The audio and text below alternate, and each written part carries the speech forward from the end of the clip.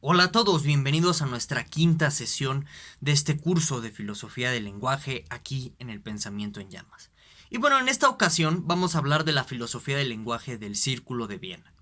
Entonces, bueno, antes de comenzar me gustaría decir un par de cosas. La primera es que vas a encontrar en la descripción de este video el enlace a la sesión anterior que fue sobre la filosofía del lenguaje de Wittgenstein en el Tractatus. Entonces yo te recomiendo que le des una vuelta porque ese video puede ayudar bastante a comprender muchas de las cosas que aquí se van a decir. Y bueno, como siempre hago, dedico 5 o 10 minutos a dudas o a comentarios que hayan surgido a raíz de los videos anteriores. Y en esta ocasión me pidieron que hablara de la forma general de la proposición. Entonces, pues encantado, voy a dedicar unos 5 o 10 minutos de este video a hablar de ese tema en concreto. Y bueno, pues ya, vamos a comenzar. Ok, cuando decimos Círculo de Viena, indudablemente pensamos en la ciudad de Viena, ¿de acuerdo? Y esto es muy importante porque nos va a dar contexto para comprender las ideas de los pensadores que en un momento vamos a ver sobre el Círculo de Viena. Ideas que de pronto, tanto en la tradición analítica y también en la tradición de filosofía continental, se han tergiversado y se han tomado en diversos caminos y de pronto pues ese tipo de lecturas que se dan en ambas tradiciones de pensamiento filosófico no suelen ser lo suficientemente caritativas ni rigurosas al momento de hacer sus críticas. Entonces hay que comenzar por el hecho de que esto que se denomina Círculo de Viena proviene, número uno, de un contexto continental. ¿Qué quiere decir eso? Que los pensadores del Círculo de Viena están conviviendo con el entorno cultural, político, científico y filosófico de, de las filosofías, vaya la redundancia, del momento que están presentes en la plataforma continental de Europa, no tanto en la islita de Inglaterra, ¿de acuerdo? Entonces eso es algo muy importante. Y si uno revisa la historia de Viena, se va a dar cuenta que Viena es una ciudad que desde los tiempos de Mozart, un poquito antes más todavía, Viena siempre fue considerada un epicentro de la cultura europea. Ahí se reunían pensadores, poetas bohemios, científicos, filósofos de todas las denominaciones a discutir ideas filosóficas, ¿de acuerdo? Y esto se da en Viena particularmente a raíz de los monarcas despóticos que reinaban en esta región alrededor del siglo XVII, XVIII, y eso fomentó mucho las artes y las letras, ¿de acuerdo? En esta ciudad que se llama Viena, o que se conoce ya como Viena. Esto va a cambiar a raíz de la Segunda Guerra Mundial. La Segunda Guerra Mundial va a obligar a muchísimos pensadores de Viena y artistas al exilio, a irse a Estados Unidos, otros van a morir en campos de concentración. Entonces la Segunda Guerra Mundial va a destruir a Viena como un centro de la cultura occidental. Entonces eso no hay que perderlo de vista. Y bueno, y va a ser en este centro de la cultura occidental que es Viena, en donde un conjunto de científicos, físicos, economistas, sociólogos, se van a reunir en las tardes a discutir problemas de filosofía. Y bueno, ¿y quiénes son estos personajes o quiénes son los más representativos? Bueno, pues Rudolf Carnap, von Neurath y Schirlich, o Schirlich, como lo quieran pronunciar. Ellos son como, por así decirlo, los personajes del Círculo de Viena más importantes y son el rostro público en el que se va a en los que van a encarar toda la responsabilidad y todas las acusaciones en torno a las ideas que ellos mismos van a publicar en años posteriores, ¿de acuerdo? Entonces, cuando se reúnen este conjunto de científicos, sociólogos, etcétera, que no provienen propiamente de una formación filosófica a rigor sentido como la podríamos tener hoy en día, se conoce a esta fase como la fase no pública del Círculo de Viena. Entonces, para tratar de comprender mejor como todo el contexto de estas reuniones, yo les recomiendo echarle una leidita a este librote. El Círculo de Viena, Empirismo lógico, ciencia, cultura y política, de Friedrich Stadler. Yo les recomiendo mucho este libro.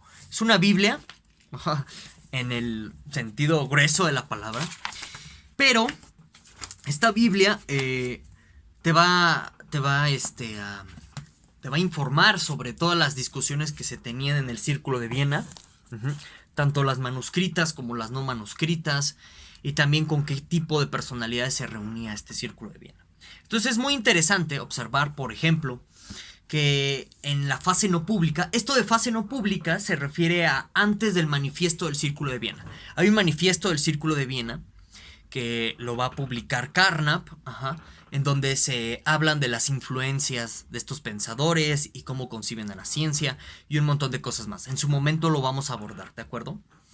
Entonces, en esta fase no pública del Círculo de Viena, estos personajes se reúnen con un físico que se llama Mach, también se reúnen con Einstein, también se reúnen con Bohr y con un montón de figuras que en décadas posteriores del siglo XX van a ser reconocidas como los grandes pensadores en el mundo científico.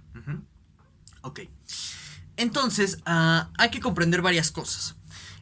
Estos individuos que conforman el Círculo de Viena son revolucionarios en su momento, porque son los primeros no filósofos en ser académicos, ¿de acuerdo? Que se encargan de departamentos de filosofía.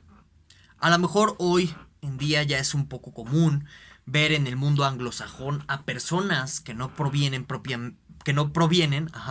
en rigor sentido de una formación filosófica, es decir, no hicieron ni una licenciatura, ni una maestría, ni un doctorado en filosofía. Y entonces hoy en día es común ver a estos personajes dirigir departamentos de filosofía, posgrados, etc. En el mundo anglosajón o en los países influenciados por la filosofía analítica de corte anglosajón. Eso es común. Pero en el contexto del Círculo de Viena, estamos hablando de la primera década del siglo XX, no es nada común. Incluso generó muchísimas críticas que pusieran a individuos sin formación académica en filosofía a dirigir departamentos de filosofía. Y la razón de que ellos están al frente de estos departamentos de filosofía es porque en las diferentes universidades en donde van a estar las personalidades ya mencionadas como Carnap, Schirlich, Otto von Neurath, etc., hay un ímpetu o un deseo de reformar a la filosofía. Ya en sesiones anteriores, en especial en la de Russell y en la de Frege, hablamos sobre cómo la filosofía analítica nace a partir de un deseo o de un proyecto de renovación filosófica. Entonces la idea era, en un principio, dentro de la filosofía de las matemáticas, en el caso de Frege y Russell, era distanciarse de cierto psicologismo matemático. De esto ya hablamos en la sesión de Frege y Russell, entonces yo te invito a que te des una vuelta por esos videos para ver con mayor detalle de qué se trata eso, ¿de acuerdo? Y entonces eso está presente en todas las universidades europeas de este momento. El deseo de renovación, el deseo de hacer algo diferente.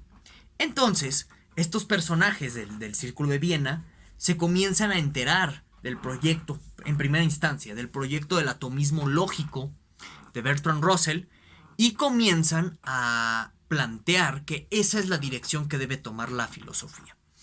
Y entonces dentro de estos contextos universitarios de su momento, dicen, vamos a replantear la filosofía y para eso a lo mejor necesitamos a gente que no provenga de la tradición filosófica predominante. Necesitamos a otros individuos con otro tipo de formación, con otro tipo de enfoques. Y entonces es por eso que estas universidades austriacas, germánicas, van a promover en un inicio que personas sin formación filosófica dirijan estos departamentos. Quieren hacer este viraje institucional también, ¿de acuerdo? Y esto es algo muy importante que hay que comprender. Por ejemplo, Carnap. Carnap es de formación física, es decir, Carnap se estaba doctorando en física y al final del día no le aceptan los físicos su tesis porque dicen esto es demasiado filosófico y va con los filósofos y le dicen no, esto es demasiado físico. Y entonces termina haciendo Carnap como una tesis híbrida que logra pasar y le dan un doctorado en filosofía, ¿de acuerdo? Pero su formación es de físico.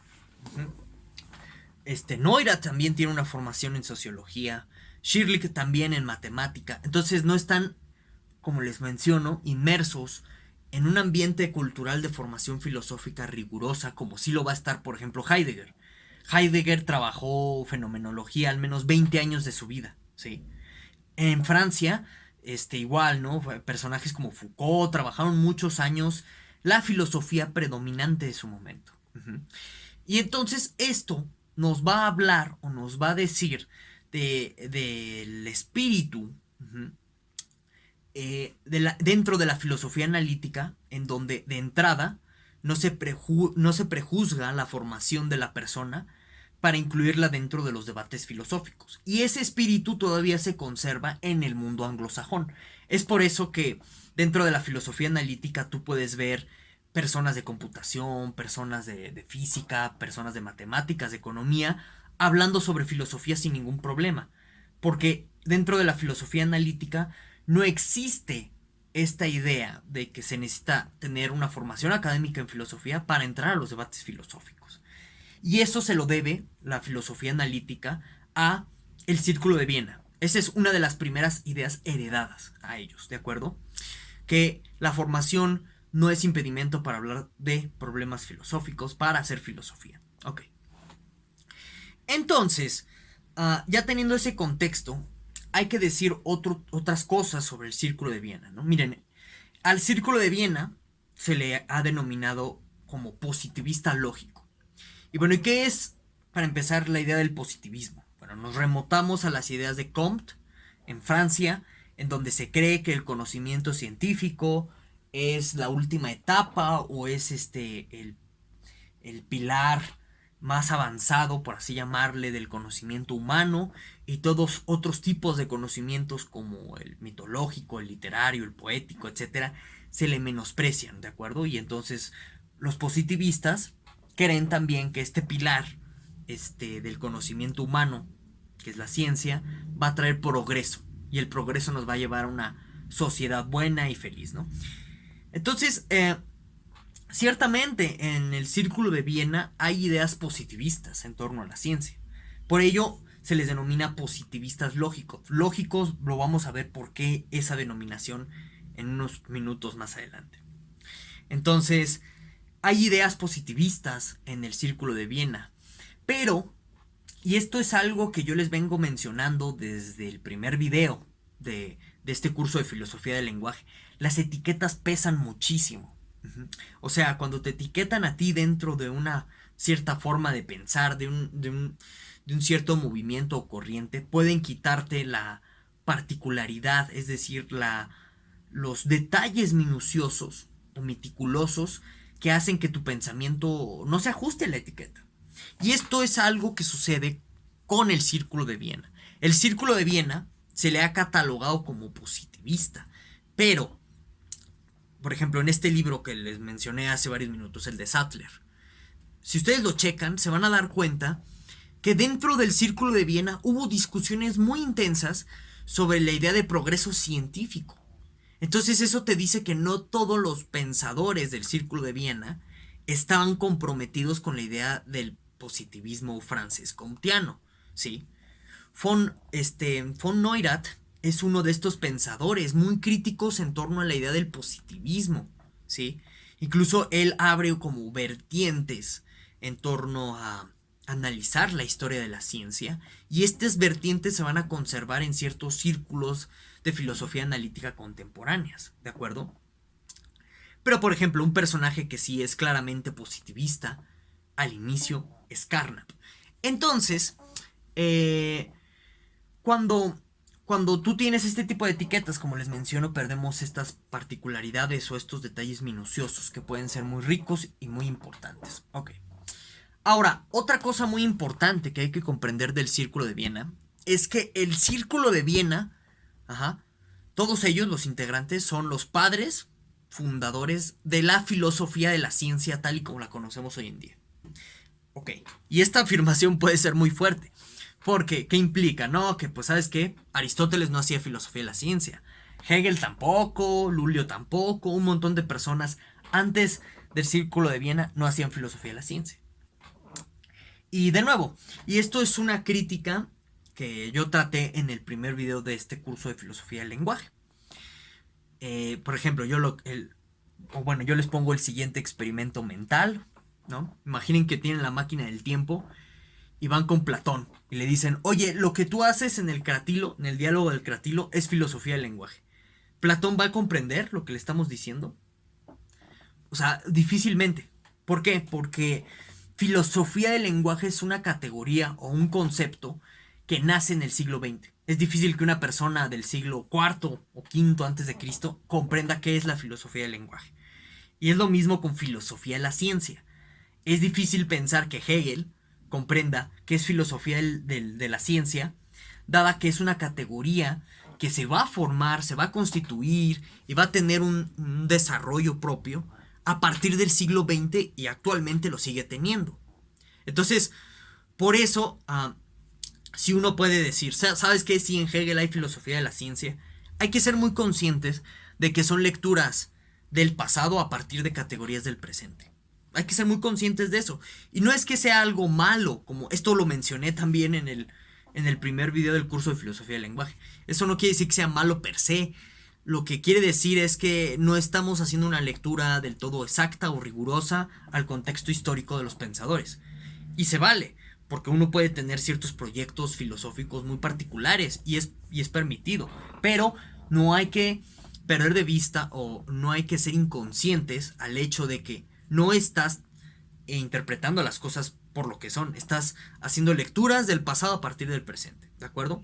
Y bueno, ¿por qué el Círculo de Viena son los padres fundadores de la filosofía de la ciencia? Porque en el Círculo de Viena se van a definir un montón de temáticas en torno a qué es la ciencia, qué es el conocimiento científico, a qué es la racionalidad científica. Todas esas temáticas van a estar presentes en las diversas discusiones que se van a sostener tanto en la fase pública y no pública del Círculo de Viena.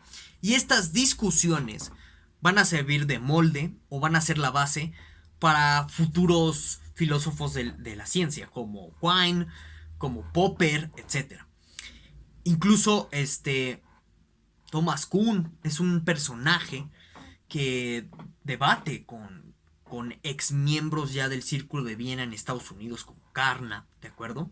Entonces, así de importante fue el Círculo de Viena a nivel historia de la filosofía. Ellos inauguraron esto que consideramos como filosofía de la ciencia, ¿de acuerdo? Y justo esto nos dice cómo la etiqueta de positivismo lógico, o la idea de que las personas del Círculo de Viena eran positivistas, es en realidad un prejuicio muy estático.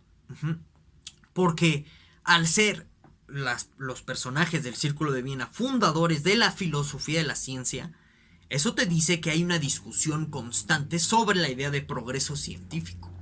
¿De acuerdo? Entonces, eso no lo perdamos de vista. Ahora, y ustedes se dirán ya a esta altura del video, ¿no? En el minuto 18. Bueno, ¿y qué demonios? ¿Y dónde entra la filosofía del lenguaje? Esto es algo muy, muy importante y muy interesante. Miren, la filosofía del lenguaje, como vimos en el curso, bueno, en la sesión más bien de Frege, y en la sesión de Russell, y en la primera sesión sobre la sesión introductoria a este curso, mencionábamos que la categoría de filosofía del lenguaje, de filósofo del lenguaje, nace en los 70s, en los 80s del siglo pasado. No es una etiqueta que pensadores como Frege, Russell, Wittgenstein, Carnap se hayan puesto o se hayan autodenominado a sí mismos de esa manera, filósofos del lenguaje. El primero que hizo esa denominación fueron los historiadores de la filosofía analítica que de estas décadas, de los 80s, de los 90s, ¿de acuerdo?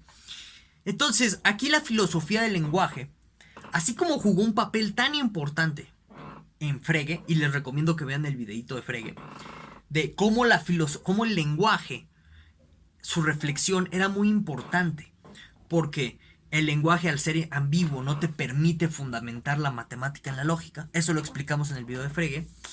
Esa misma idea está con Russell, Ujú. Y esa misma idea va a estar también en el Círculo de Viena, pero de una manera muy particular. No tanto para fundamentar a la matemática, que también, o sea, sí hay proyectos logicistas dentro del Círculo de Viena, pero no es la prioridad. Más bien la idea es que el lenguaje o sea, una mala comprensión del lenguaje, de la lógica del lenguaje, nos conduce a pseudo problemas filosóficos. Y si ustedes vieron el video anterior de Wittgenstein, dirán, ah, caray, pues eso suena mucho a Wittgenstein, ¿no? Eso dice Wittgenstein en el Tractatus, que los problemas filosóficos surgen por una mala comprensión de la lógica del lenguaje. Bueno, las personas del Círculo de Viena creen eso. Entonces, por eso se dice que Wittgenstein es como uno de los padres del Círculo de Viena. Y en realidad es una paternidad forzada, porque Wittgenstein nunca se llevó bien con la gente del Círculo de Viena. Wittgenstein los repudió mucho porque consideraba que, que la gente del Círculo de Viena, particularmente Carnap, lo plagiaba. Ahorita vamos a ver si es verdad o no que lo plagiaba. Consideraba que lo estaba plagiando y además que estaba tomando su obra por otro lado. ¿En qué sentido lo estaba tomando? Como vimos en el video anterior, para Wittgenstein lo más importante es lo que no se puede decir. Y que está dentro del ámbito de lo que no se puede decir, la poesía, la religión, la ética, etc. Eso es lo más importante para Wittgenstein y eso es lo que cree Wittgenstein que se muestra en el mundo sin necesidad de que tú lo puedas expresar con palabras. Y el Círculo de Viena va a ir en la dirección contraria, va a decir, eso es un sinsentido, eso no vale la pena de ser considerado, eso ni siquiera es conocimiento científico, vámonos por lo que puede decirse dentro del discurso científico. Y eso no está acorde a lo que dijo Wittgenstein, eso no va en sintonía con el espíritu del Tractatus. Entonces de ahí vienen los grandes desacuerdos de Wittgenstein con el Círculo de Viena, ¿sí? Y ahorita vamos a ver las particularidades y las minucias de por qué el Círculo de Viena dice que la poesía, la ética y demás no dicen nada o son sin sentidos. Ahorita vamos a ver esa particularidad, ¿de acuerdo? Entonces, conviene, y esto lo tratamos en la sesión anterior sobre el Tractatus, conviene recordar el pasaje 6.53 del Tractatus, que era como lo que les decía, que a partir de este pasaje van a surgir dos maneras de entender el Tractatus de Wittgenstein, ¿no? Dice, el método correcto de la filosofía sería propiamente no decir nada más que lo que se puede decir, o sea, proposiciones de la ciencia natural, o sea, algo que nada tiene que ver con la filosofía.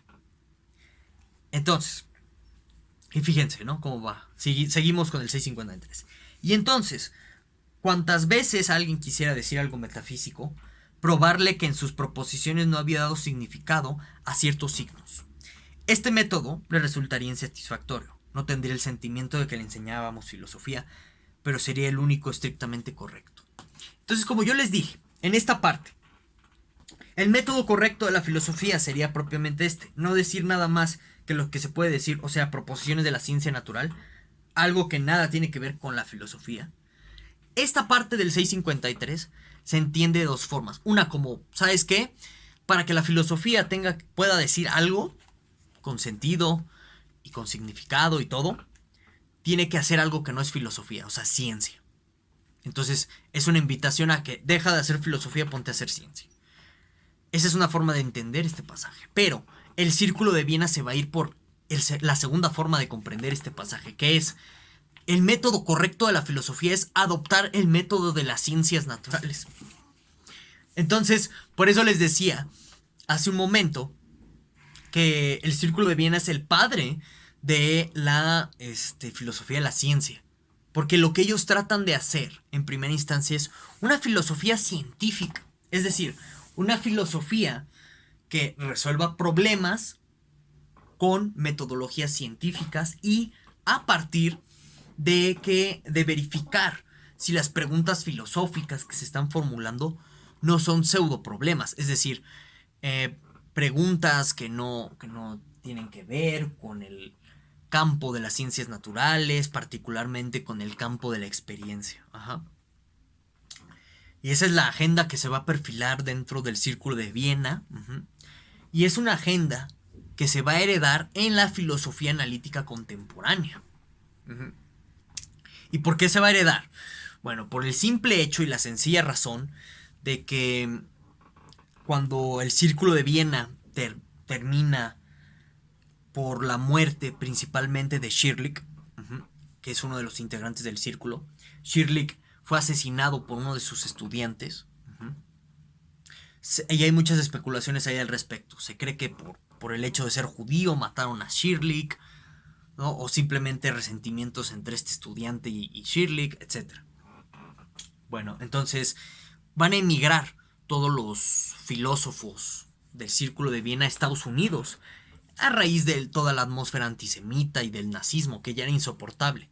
Se van a ir muchos a Estados Unidos, como les decía, y uno de ellos, de los que se va a ir, va a ser Carnap, ¿no? Carnap, que es como la cabecilla, líder del Círculo de Viena.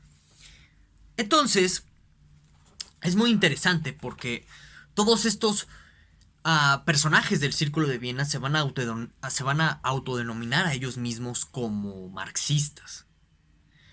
Y, a ver, aquí hay que aclarar varias cosas, ¿no? El marxismo se ha comprendido de un montón de maneras diferentes, dependiendo del autor del que se trate. Entonces, no es lo mismo el marxismo de Trotsky que el marxismo de Lenin, que el marxismo del Círculo de Viena. Entonces, este es un marxismo muy, muy sui generis. Es un marxismo que tiene que ver con la idea de que el conocimiento científico nos va a llevar a la comprensión de los problemas sociales más arraigados, y así vamos a llegar a ciertas etapas o fases del comunismo. Uh-huh. Y así vamos incluso a organizar la revolución burguesa. Porque no hay que olvidar que, por ejemplo, los marxistas creen que el marxismo es ciencia, no es filosofía propiamente, o no es una ideología más. Creen que es ciencia. Entonces, por eso al Círculo de Viena le gusta el marxismo, porque va muy acorde a cierto ideal de llegar al mundo a partir de conocimientos científicos. Y parece que hay una especie de consenso sobre que el marxismo es ciencia. Entonces, Carnap y muchos otros del Círculo de Viena van a emigrar a Estados Unidos. Y en esta emigración van a establecer los puestos, por así llamarle, o los principales centros de la filosofía analítica en el mundo norteamericano o de Estados Unidos. Y entonces aquí podemos ver que incluso dentro de la filosofía analítica se rompen las etiquetas, porque de entrada y por principios, en el mundo de la filosofía analítica hay tres epicentros: el de la filosofía anglosajona tradicional, propiamente de Cambridge, uh-huh. La filosofía anglosajona de Estados Unidos, muy influenciada por el Círculo de Viena, exiliado ahí, y por último la escuela anglosajona de Australia, ¿no? De filosofía analítica. Ese es otro tema, no me voy a meter en esa escuela. Pero bueno, entonces el Círculo de Viena en sus momentos fue un militante político contra el nazismo, pensando en el marxismo, ¿de acuerdo? Pero cuando llegan a Estados Unidos, su situación política cambia por completo, y la CIA les va a prohibir el activismo político. Imagínense más, en la época de la Guerra Fría, decirte marxista pues era equivalente a decirte que eras el demonio. Y ellos aceptaron la censura en muchos sentidos, ¿sí? Y esto va a tener repercusiones a posteriori, porque la filosofía analítica es apolítica en muchos sentidos. Uh-huh. Nada más está orientada como a las éticas liberales, pero no está orientada como un discurso militante propiamente dentro de la filosofía política.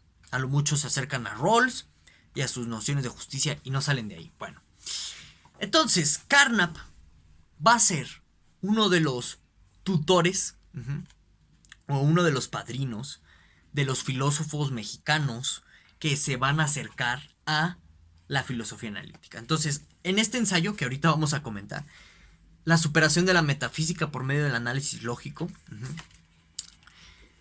Es muy interesante, porque trae una dedicatoria de Carnap, a razón de la traducción de este ensayo. Dice: celebro la publicación de este artículo, ya que es la primera vez que una de mis obras aparece traducida al español. Al parecer en Latinoamérica se está desarrollando ahora un interés creciente por seguir aquellos métodos de investigación filosófica que resultan más sobrios, claros, analíticos y sobre todo que se encuentran vinculados más al pensamiento científico que a la problemática de la metafísica tradicional. Quiero enviar mis saludos y mis mejores deseos a todos aquellos que se esfuerzan por cultivar esta manera de pensar. Entonces noten, Carnap va a ser uno de los tutores de pensadores como Luis Villoro, Rossi, Salmerón y demás banda. Tal que gracias a Carnap se va a introducir la filosofía analítica a México. Y posteriormente de México va a emigrar al resto de Latinoamérica. Esa dedicatoria, todo lo que les leí, es el espíritu del Círculo de Viena. Pero sin la militancia política marxista por la censura de la CIA a las universidades que hablaban de comunismo. Los censuraban, los arrestaban, los investigaban, etc. Y ese es otro elemento interesante e importante, que dentro de las universidades, ¿sí?, anglosajonas, sobre todo de Estados Unidos, a partir de la Guerra Fría, pues hay un mecanismo de censura muy, muy fuerte. Y ellos perfilaron, también como ya lo mencioné en el video de Russell, el programa sobre cuál es la verdadera filosofía, cuál es la filosofía que se debe de hacer.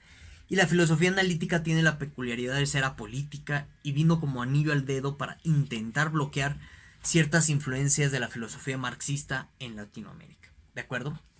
Bueno, entonces, como ustedes pueden darse cuenta, el Círculo de Viena es muy complejo. Y nada más voy a dedicar el resto del video a hablar de Carnap, ¿sí? Por ser el personaje más representativo. Se podría hacer todo un seminario o todo un curso sobre puros pensadores del Círculo de Viena. Eso sería muy interesante. Pero pues no hay tiempo y no lo permite el curso. Entonces nada más me voy a concentrar en Carnap, ¿de acuerdo? Si ustedes entienden bien el pensamiento de Wittgenstein, del Tractatus, pueden comprender muy bien la obra de Carnap, ¿no?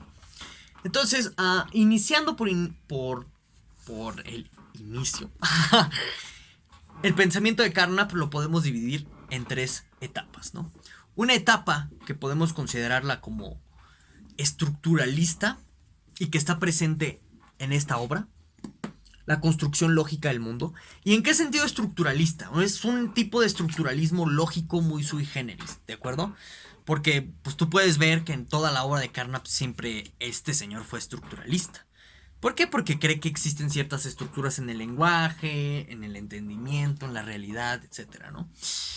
Pero como les menciono, es un estructuralismo muy particular la construcción lógica del mundo. Después tenemos obras como este ensayo, el ensayo sobre la superación de la metafísica por medio del análisis lógico del lenguaje, ¿sí? Que es otro Carnap. Esta es otra etapa de su pensamiento. Y por último, no tengo aquí el ensayo, tenemos el Carnap de los marcos de referencia, que ya es como el Carnap, pues, que va de salida y que es importante mencionarlo porque nos va a ser útil cuando hablemos de Quine dentro de 15 días. Ok, de acuerdo. Entonces, aquí hay una cosa muy interesante con respecto a Carnap, ¿no? Miren, muchos historiadores de la filosofía analítica han intentado negar la influencia fenomenológica de Carnap.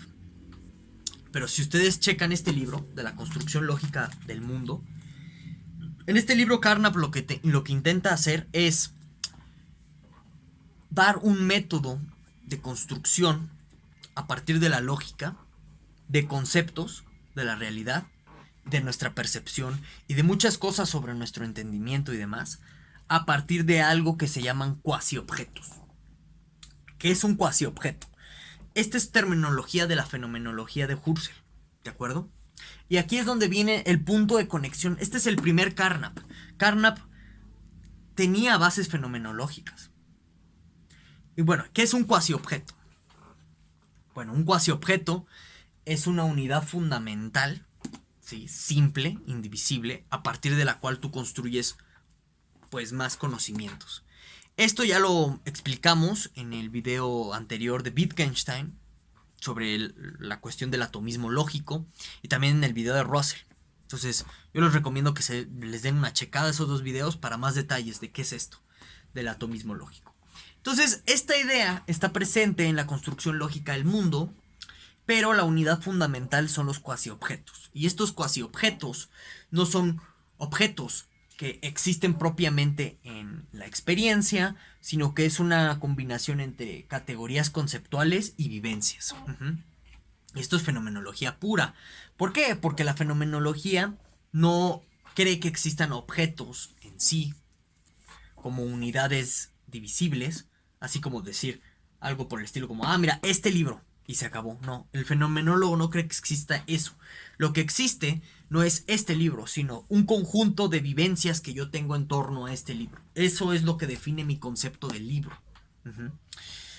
Entonces Carnap, el primer Carnap, por así decirlo, o el Carnap temprano, es el que está pensando en esta cuestión fenomenológica de los cuasiobjetos y cómo se puede construir la experiencia, nuestras percepciones mediante lógica a partir de estas unidades fundamentales. Esto es muy interesante porque Carnap en muchos sentidos es el papá, o más bien uno de los ideólogos principales de la idea de una inteligencia artificial, y eso tú lo puedes ver de una forma muy bonita en este libro y en el otro libro de Sattler que les dije al inicio de un video, de que hay discusiones en el Círculo de Viena en torno a cómo sería un ser racional no humano, como una especie de máquina. Y entonces eso nos da mucho sentido de, por ejemplo, de dónde salió la idea de la máquina de Turing, con papel infinito que computa y demás, ¿sí? Vienen de estas discusiones. Entonces, este es otro detalle. El Círculo de Viena es padre de la idea de que se puede tener computadoras con inteligencia artificial. Es muy interesante. Y eso lo ves aquí. Porque lo que trata de hacer Carnap con la lógica es, por así decirlo, hoy lo llamaríamos así, programar el intelecto y la percepción de un ser racional, que no necesariamente es orgánico ni biológico, puede ser una máquina. Ese era como uno de los sueños ahí que estaba flotando en las nubes, en la cabeza de Carnap y en el Círculo de Viena. Ok, entonces ese es el primer Carnap. Este libro es de 1928. Ahora nos vamos ya con el segundo Carnap, y aquí encuentras la influencia de Wittgenstein por completo. Y es lo que les decía hace unos momentos, que si ustedes comprenden qué es, o bien cómo se está dando la Picture Theory del Tractatus, lo que mencionamos en el video anterior, que es esta cuestión de la representación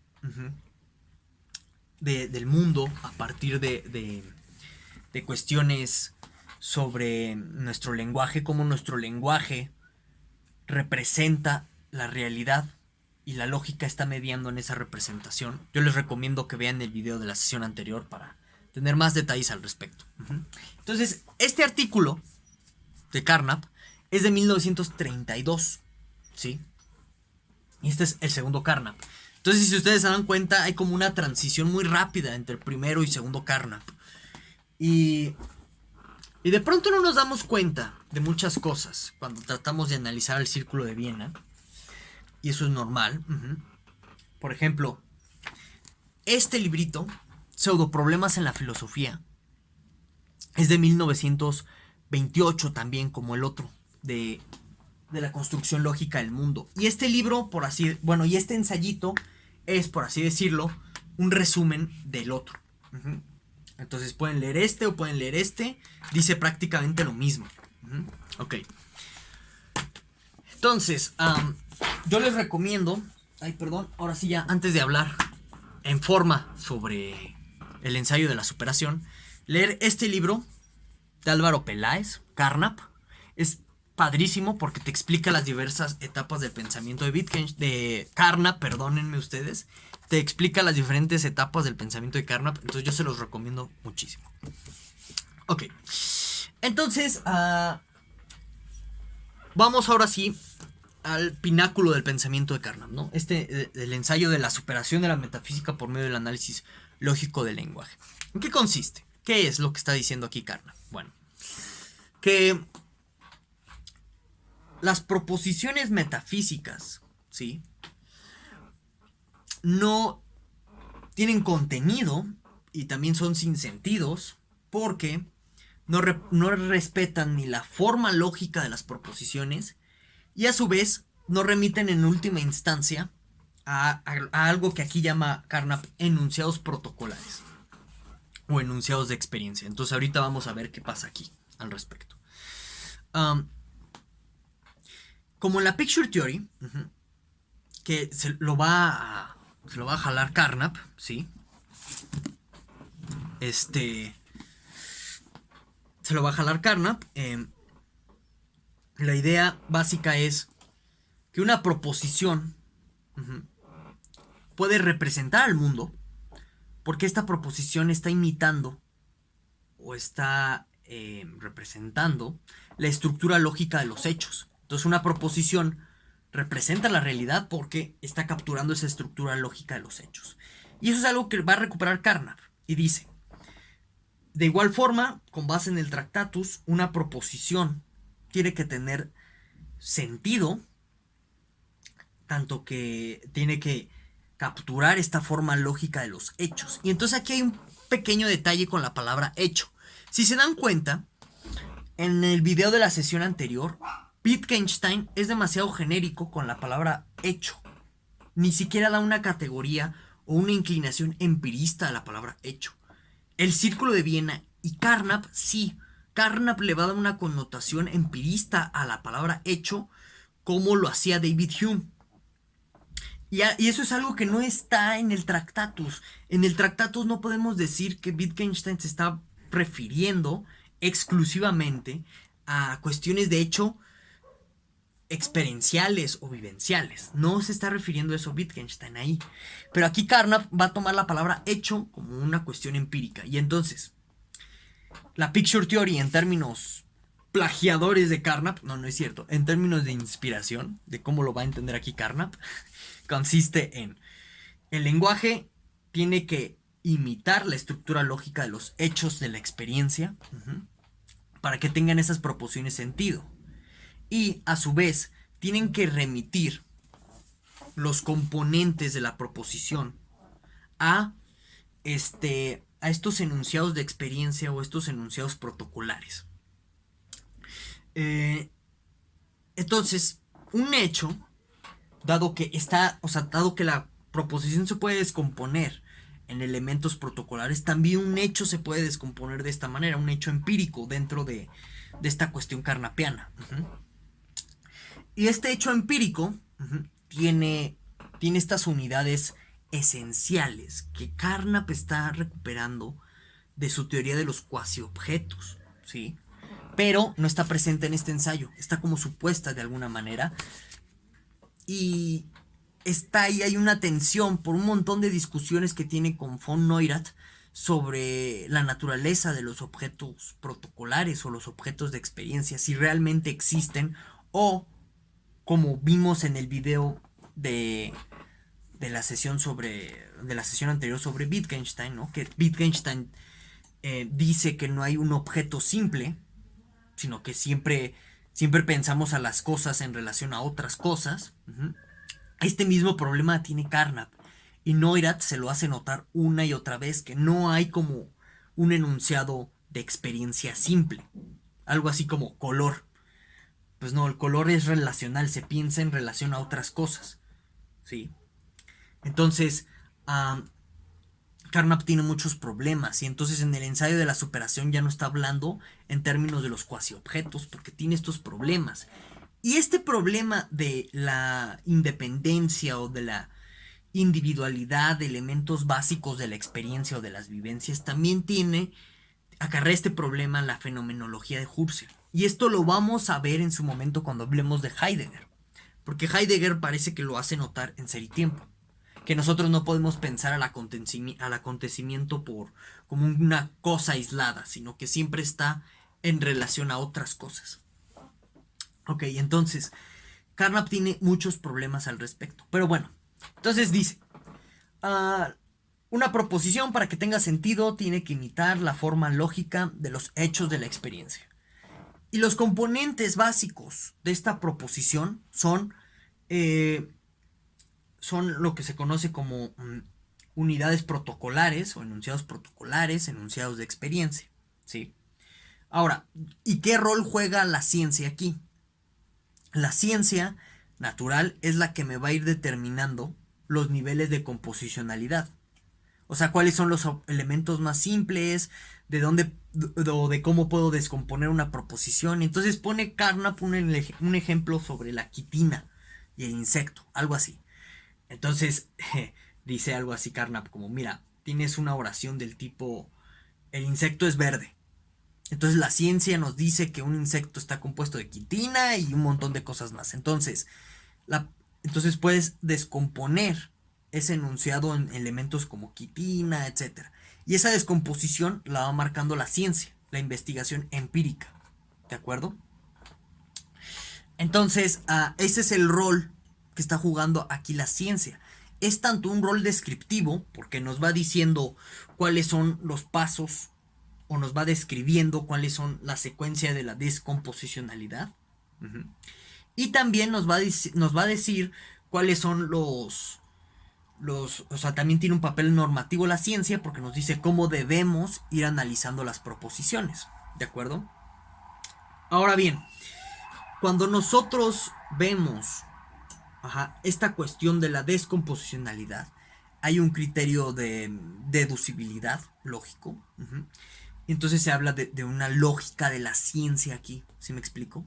Y entonces por eso les decía que el Círculo de Viena y Carnap son padres de la filosofía de la ciencia y también son ancestros que influencian a toda la gente que actualmente sigue pensando que hay una lógica en la ciencia.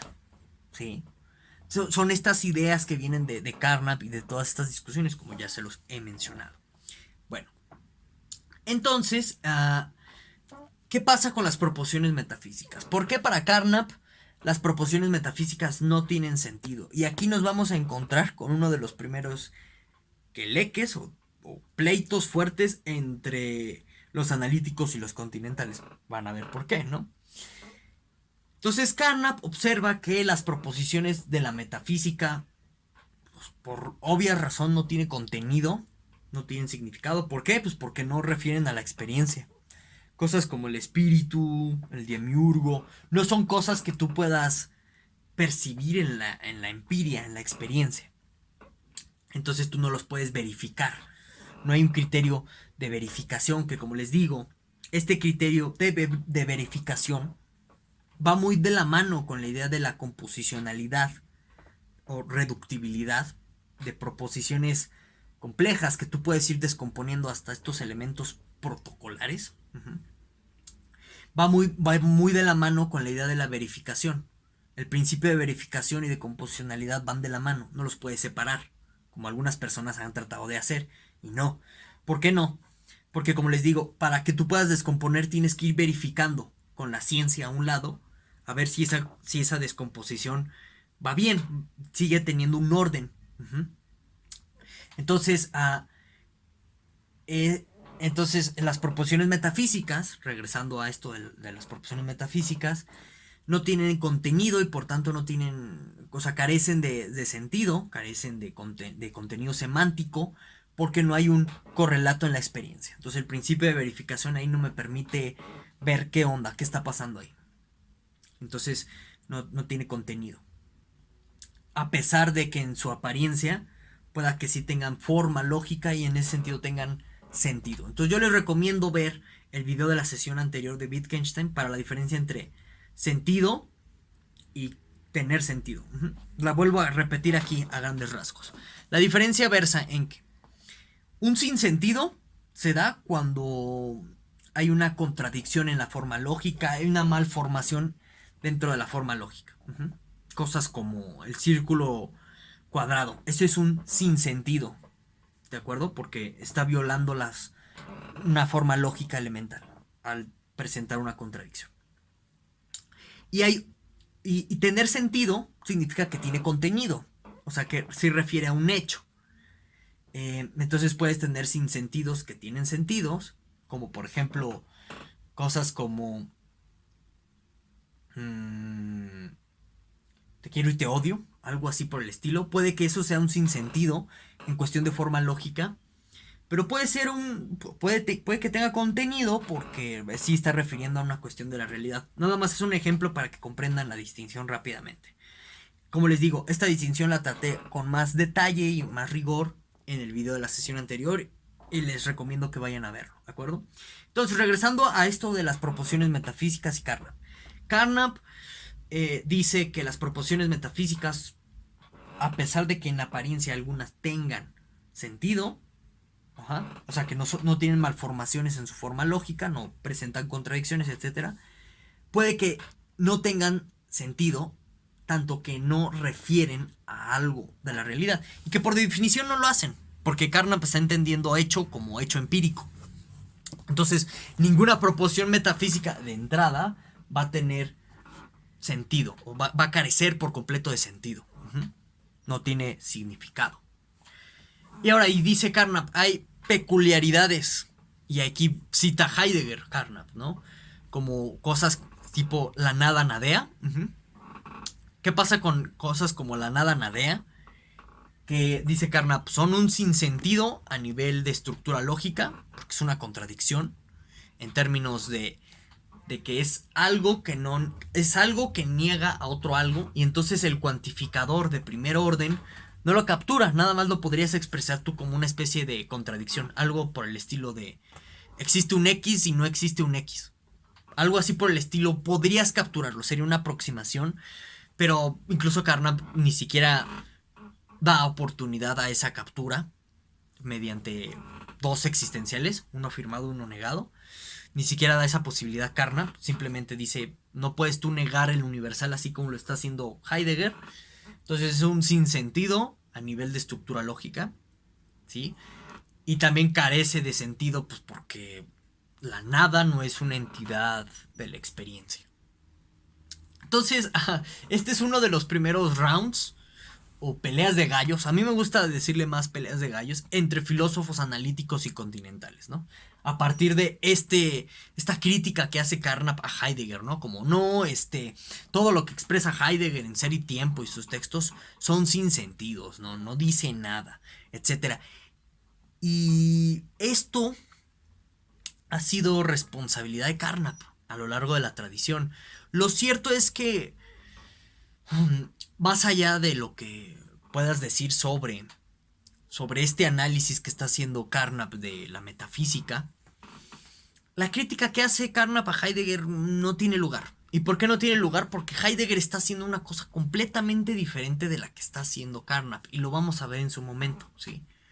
Entonces, en realidad, lo que hizo Carnap fue un muñeco de paja, o un espantapájaros, lo que se le conoce así en teoría de la argumentación. ¿Y qué es un espantapájaros? Pues es un rival ficticio que tú te construyes para derrotarlo fácilmente. Eso terminó haciendo Carnap. Pero bueno, eso va a generar un prejuicio muy, muy grande a la larga en torno a la filosofía continental, que sigue hasta nuestros días dentro del mundo de la filosofía analítica, gracias a Carnap. Y bueno, esa es su filosofía del lenguaje. Y ahora vamos a la tercera etapa de su pensamiento. Y como les dije, y esta es la hora en que tú puedes ver el plagio. Ya puedes comenzar a ver los plagios. Este libro pertenece al tercer periodo de pensamiento de Carnap, ¿no? Lenguaje y necesidad. Un estudio de semántica y lógica modal. Muy anterior a Kripke, déjenme les digo. O sea, Kripke, y luego dicen que es el gran pensador original de la filosofía analítica. No es cierto, es puro plagio. Lo vamos a ver en su momento. Pero yo les recomiendo que le den una ojeada a este librito de Carnap. Significado y necesidad, un estudio de semántica y lógica formal. Entonces, aquí dice algo muy interesante, ¿no? Habla de elucidación. Carnap dice: la lógica nos permite elucidar nuestro lenguaje. Chirriones. Y si tú te vas a las investigaciones filosóficas, ese es un lenguaje que utiliza mucho Wittgenstein ahí, el término elucidar. Entonces, aquí en esta etapa, Carnap ya está hablando de algo que se llama marcos de referencia o frameworks, como lo quieras traducir. Y Carnap utiliza esta cuestión de los marcos de referencia en realidad para refutar al escéptico. ¿Cómo funciona su refutación? Dice Carnap: no, bueno, miren, o sea, para que tú puedas hablar con sentido de la realidad, tiene que haber algo como marco de referencia. Y dentro de estos marcos de referencia se dan una serie de reglas, una serie de principios, etcétera, de carácter como normativo para poder regular las expresiones. Esto, déjenme les digo, es la idea de juego de lenguaje del segundo Wittgenstein, Pero, bueno, nada más le cambió Carnap el nombre y le puso marco de referencia. Ok.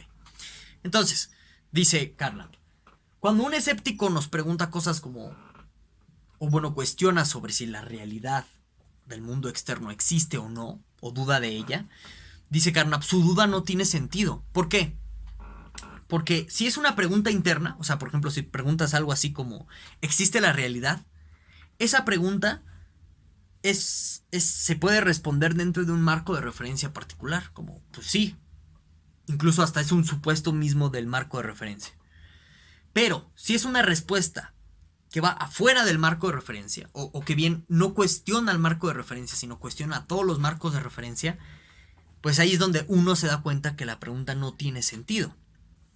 ¿Por qué? Porque es una pregunta que no se está dando a partir de un marco de referencia particular en donde esa pregunta pueda ser respondida o contestable.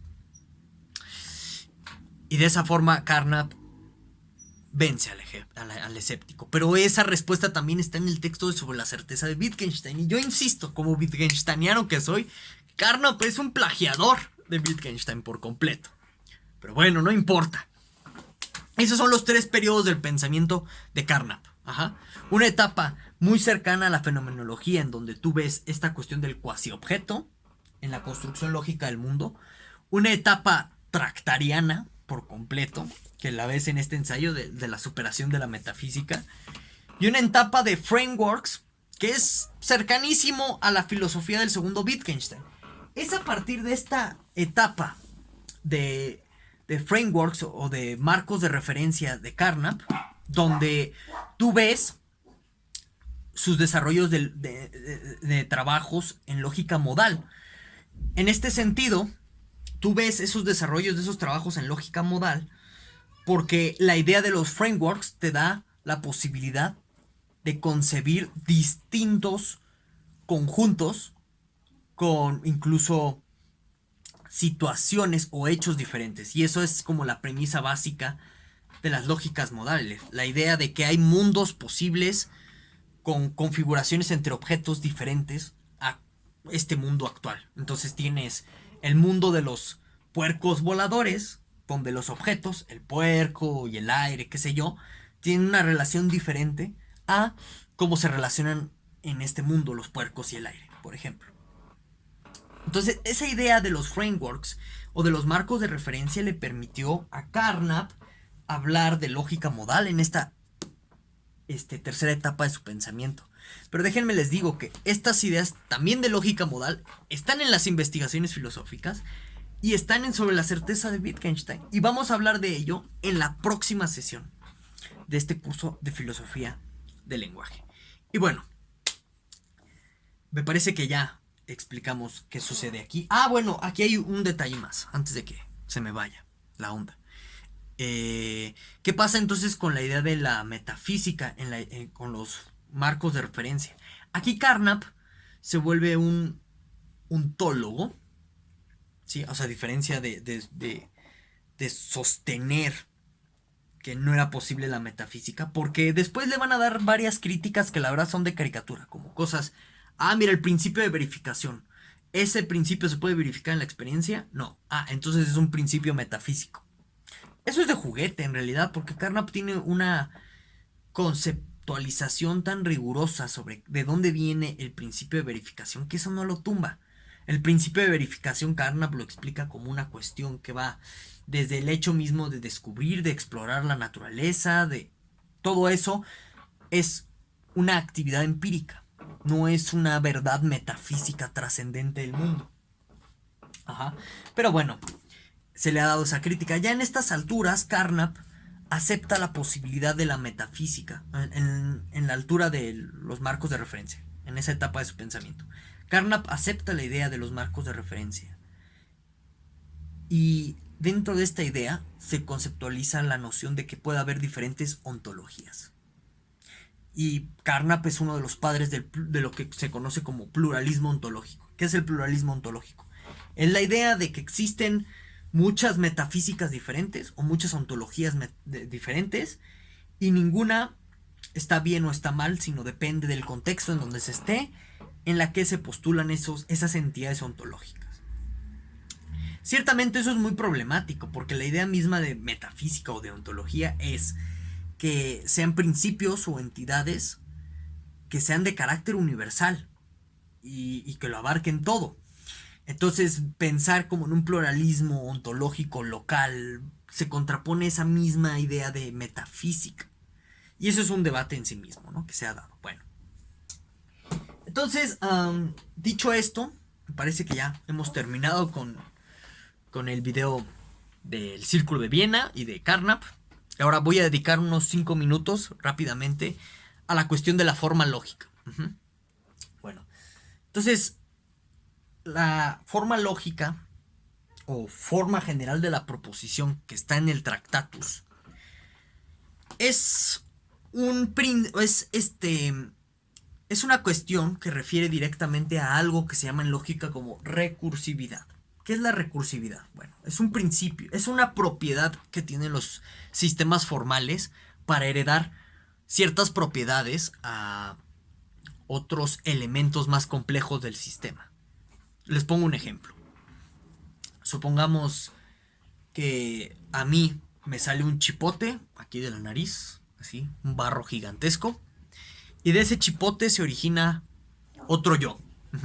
Y ese otro yo también tiene la propiedad de que le salga otro chipote gigantesco y que salga otro como yo de este segundo yo y así infinitamente. Bueno, esta propiedad de que nos salga un chipote de la nariz, se le conoce como recursividad. Entonces, tener un chipote de la nariz es una propiedad recursiva porque se va a presentar en mí, que yo soy el elemento original, y en todas mis copias subsecuentes, ¿de acuerdo? Entonces, en lógica es muy importante la recursividad. ¿Por qué? Porque gracias a las propiedades recursivas, tú puedes construir proposiciones infinitas a partir de ciertas proposiciones elementales, asegurándote que la proposición infinita número n va a preservar o va a tener todavía la propiedad original que tenía la proposición elemental que tú estabas definiendo en tu sistema. Entonces, por ejemplo, la conjunción clásica P y Q se dice que son conmutativas, o sea que puedes cambiar de lugar P y Q y no pasa nada. Bueno, si yo sigo agregando conjunción, la conectiva lógica conjunción y más proposiciones como R, S, T, etc., la propiedad conmutativa, o sea, la propiedad que me permite invertir de lugar los términos, o el orden de los términos P y Q, se va a seguir heredando, no importa qué le agregue a la proposición P y Q. Se va a seguir heredando. Entonces es una propiedad recursiva. ¿Qué es la recursividad? Bueno, es una propiedad que permite heredar ciertas características o ciertos elementos a todo el sistema a partir de sus elementos más básicos. Así podemos entender la recursividad, ¿de acuerdo? Ahora, el detalle con el Tractatus, o sea, la forma general de la proposición, lo que está haciendo ahí Wittgenstein es formalizando la recursividad misma. Esto es todo un tema de debate en filosofía de la lógica, porque ¿cómo tú puedes formalizar la recursividad? ¿No? O sea, si tú tienes un sistema lógico o un sistema formal, cualquiera, y a partir de él tú le metes ciertas propiedades para que te construya otras cosas, ¿dónde formalizarías la propiedad recursiva que te permitió construir esas cosas? ¿Dentro del sistema? Entonces, si lo haces dentro del sistema, la propiedad recursiva que te permitirá construir eso se quedó afuera del sistema mismo.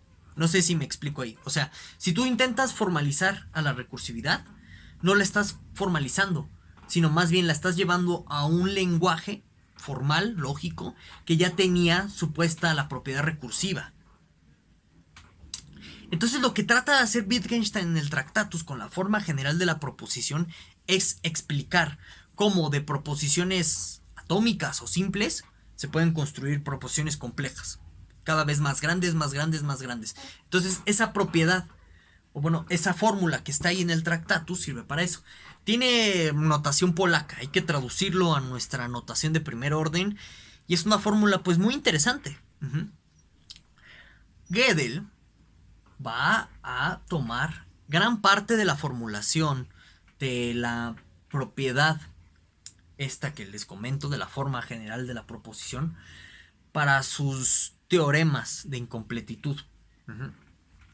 Pero pues nadie lo reconoce. Y tú te das cuenta porque está utilizando ciertas propiedades recursivas Gödel para demostrar que si un sistema formal es por completo consistente, entonces no puede ser verdadero y viceversa. Si es verdadero, no es consistente del todo.